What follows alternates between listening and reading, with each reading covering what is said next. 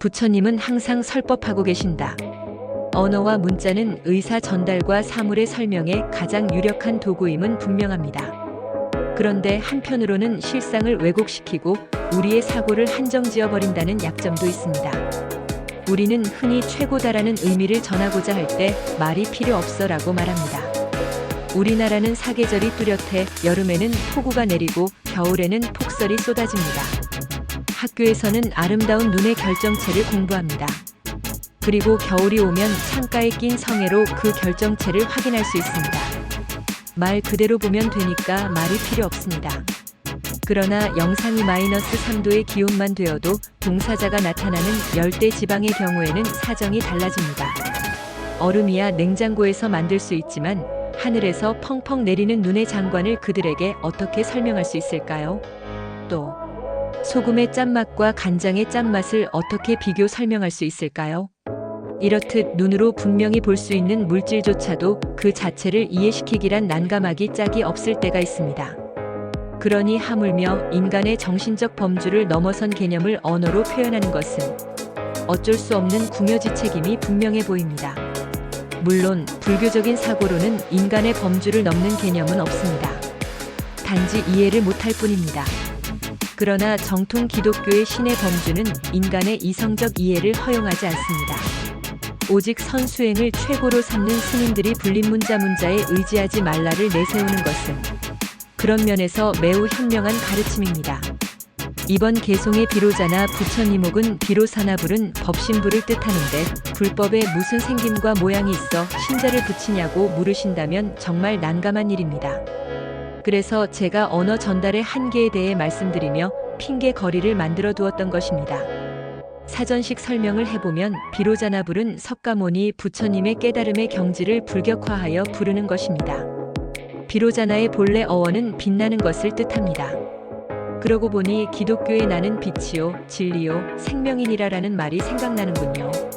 사실 고대로부터 인간이 범접할 수 없는 진리나 그 무엇을 종종 빛에 비유하곤 했습니다. 부처님의 깨달음의 경지를 언어에 의지하여 부르자니 비로자나불이 된 것이지요. 그런데 이 영역을 그림으로 나타낸 것이 바로 만다라라는 것입니다. 법당의 부처님 뒤에 그려진 회화를 탱화라고 하는데 이 탱화가 바로 만다라인 것입니다. 그리고 이 만다라는 밀교의 영향에서 나온 것이기도 합니다. 이제 개송을 정리하면 비로자나 부처님이 중생을 구제하고자 하는 원력이 온 우주에 미치시어 더없이 귀한 법의 수레바퀴를 항상 굴리신다는 말씀입니다. 즉 항상 중생을 위해 설법하고 계신다는 뜻입니다. 내 생각과 행동이 전 우주의 영향을. 이번 개송에서는 다 아는 단어지만 불교의 이해의 핵심이 되는 용어에 대한 해설부터 시작하겠습니다. 우선 번뇌에 대해 살펴보겠습니다. 번뇌는 간단하게는 우리를 고민하게 하는 생각들이라고 할 수 있습니다. 수행의 단계에서 말하는 번뇌는 이보다 차원이 높아 깨달음에 장애가 되는 모든 생각, 즉 불법에 집착하고 깨달아야 한다는 생각도 번뇌로 간주합니다. 번뇌하면 흔히 108번뇌를 연상합니다.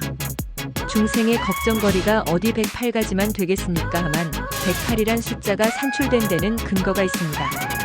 인간의 감각을 관장하는 6가지 눈, 귀, 코, 혀, 피부 생각을 육군이라고 합니다. 또 그 대상이 되는 색깔, 소리, 냄새, 맛 감각법의 6가지를 육진이라고 합니다.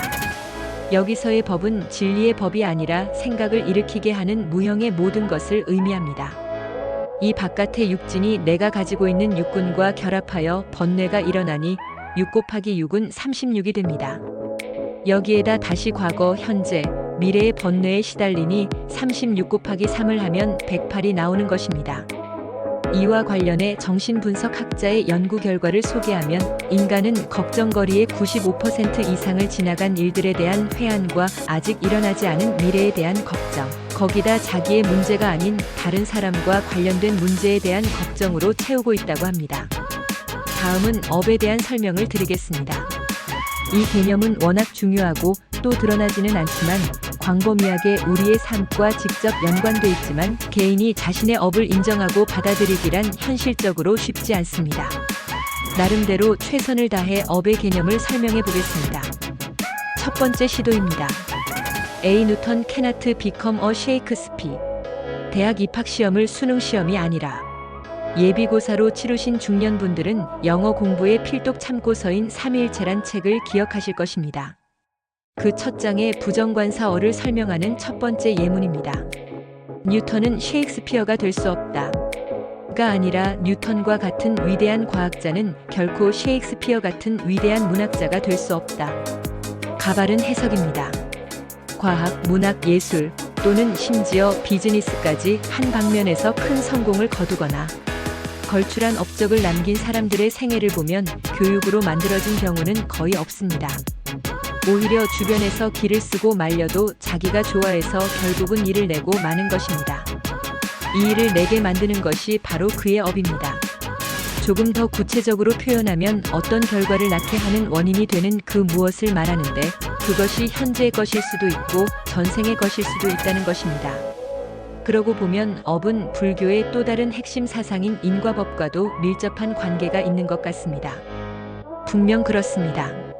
그런데 여기에 의문이 있습니다. 인과법이야 콩 심은데 콩 나고 팥 심은데 팥 난다는 말까지 있으니 이해가 될 것도 같습니다. 만약 그래도 모르시겠다면 지금 당장 옆에 있는 사람의 뺨을 후려쳐 보십시오. 그러면 그것이 인이 되어 반드시 어떤 과가 벌어질 테니까요. 왼쪽 뺨을 때렸는데 다시 오른쪽 뺨을 내민다면 그는 분명 진정한 기독교인일 것입니다. 이 정도면 업이 현재에는 존재한다는 것이 분명해 보이는데 남은 문제는 전생의 업을 이해하는 것입니다. 앞에 과학자나 예술가의 타고난 그 무엇에 대해 말해두었지만 아직은 부족합니다. 더욱 전생을 설명하려면 윤회의 개념이라는 큰 산을 넘어야 하는데 아직은 벅차니 이번 계승에서는 업이란 게 있긴 있겠구나라는 확신을 가지는데 설명에 초점을 맞추겠습니다. 두 번째 시도입니다. 우선 신과학 산책 김재희 역 김영사 중 셀드레이크 편에 수록된 내용을 소개합니다. 실험실에서 쥐들의 행동을 면밀히 살펴보면서 이들에게 새로운 재주를 가르치는 데에 시간이 얼마나 걸리는지 관찰하는 일은 용이합니다. 실험실에서는 동물의 행태를 연구하는 기본 재료로 쥐를 널리 사용하기 때문에 쥐의 행동 심리에 관한 연구는 대단히 광범위하게 이루어져 있습니다. 그런데 이와 관련한 자료를 종합하여 검토해보면 다시 제 주장에 부응하는 형태 공명의 효과가 역력히 드러납니다.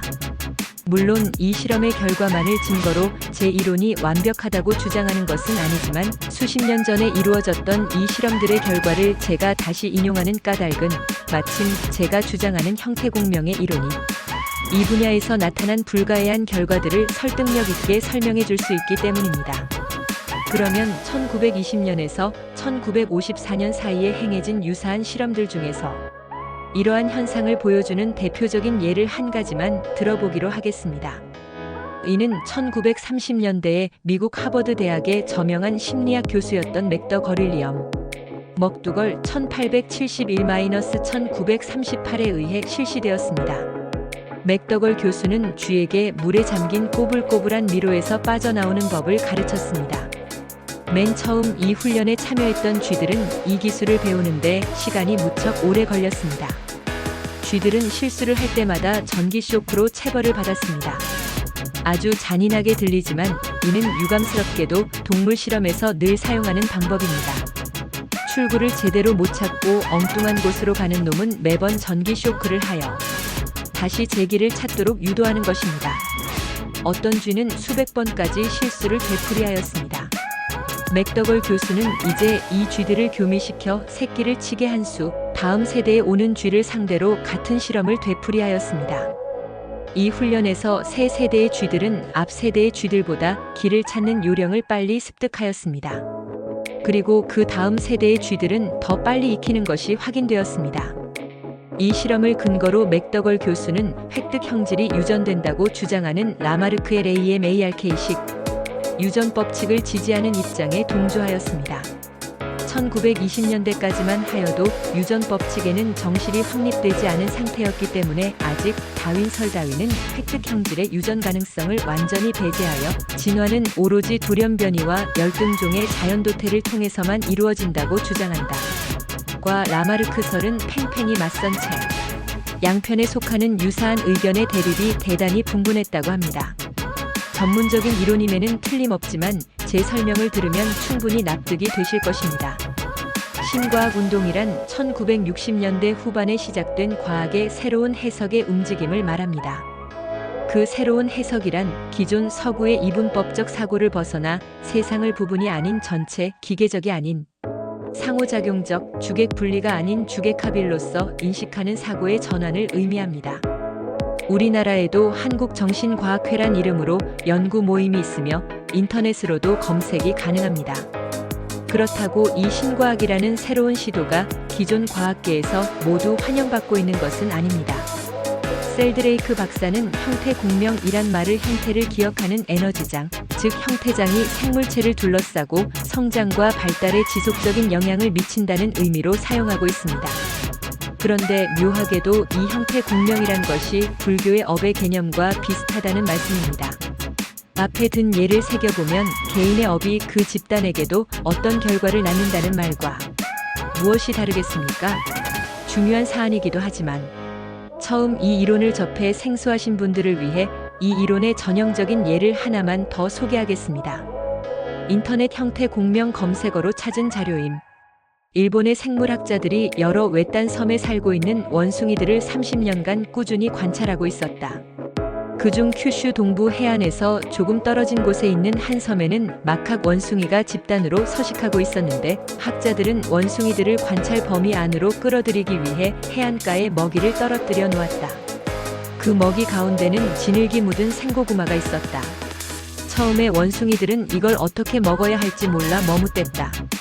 그런데 원숭이 무리 중에는 지능이 특별히 높은 암놈 원숭이가 한 마리 있었다. 머리 좋은 이 원숭이가 고구마를 물에 씻어 먹는 꾀를 냈고 이를 친구들에게 전파했다. 5년이 흐르자 섬에 사는 모든 원숭이가 고구마를 물에 씻어 먹기에 이르렀다. 그런데 어느 날 머리 좋은 암놈 원숭이가 고구마를 민물이 아닌 바닷물에 씻어 먹기 시작했다. 바닷물에 씻는 게 더 위생적이고 맛도 짭짤해진다는 걸 알았기 때문이었으리라. 이번에도 역시 차츰 더 많은 원숭이들이 그 행동을 따라하기 시작했다. 그런데 바닷물에 고구마를 씻어 먹는 원숭이가 100마리쯤에 이르렀을 때 놀라운 일이 벌어졌다. 마치 핵반응이 일어나듯 섬 전체의 원숭이가 하루 만에 모두 이 방법을 알게 된 것이다. 더 놀라운 건 그 섬의 원숭이들과 접촉이 없는 다른 섬의 원숭이들에게까지 그런 습관이 번져나간 것이다. 100번째 원숭이를 기점으로 고구마를 씻어 먹는 행위가 거대한 형태 공명을 일으킨 셈이다. 이쯤 되면 뭔가 감이 잡히실 겁니다. 이제 업의 설명에 대한 저의 두 가지 시도를 정리해보면 내가 하는 행동이 나의 미래는 물론 나와 관계된 모든 것에 영향을 미친다라고 결론을 내려도 무리가 없을 듯합니다. 실은 한술 더 떠 양자역학 연구자 하이젠베르크의 불확정성의 원리에서는 나의 생각이 물질에 직접적인 영향을 준다고 증명하는데 이는 불교의 모든 것은 마음에서 비롯된다라는 사상과 극적으로 일치합니다. 마무리를 위해 개송으로 돌아오면 중생들의 번뇌에 물든 마음 따라 업을 지음이 이해하기 어려워 모든 세계 바다가 이에 성립되었네라고 하니 얼마나 딱 들어맞는 말입니까? 세계 바다에서 바다란 물로 된 바다를 뜻하는 것이 아니라 세상을 고해의 바다라고 하듯이 무한 우주 곳곳의 세계를 바다라고 표현한 것입니다. 이번 개송의 교훈은 나 하나가 갖는 생각과 하는 행위가 나의 미래와 인간 모두에게 얼마나 큰 영향을 미치는가를 자각하라는 것입니다. 그것이 바로 업을 제대로 이해한 것이기도 합니다.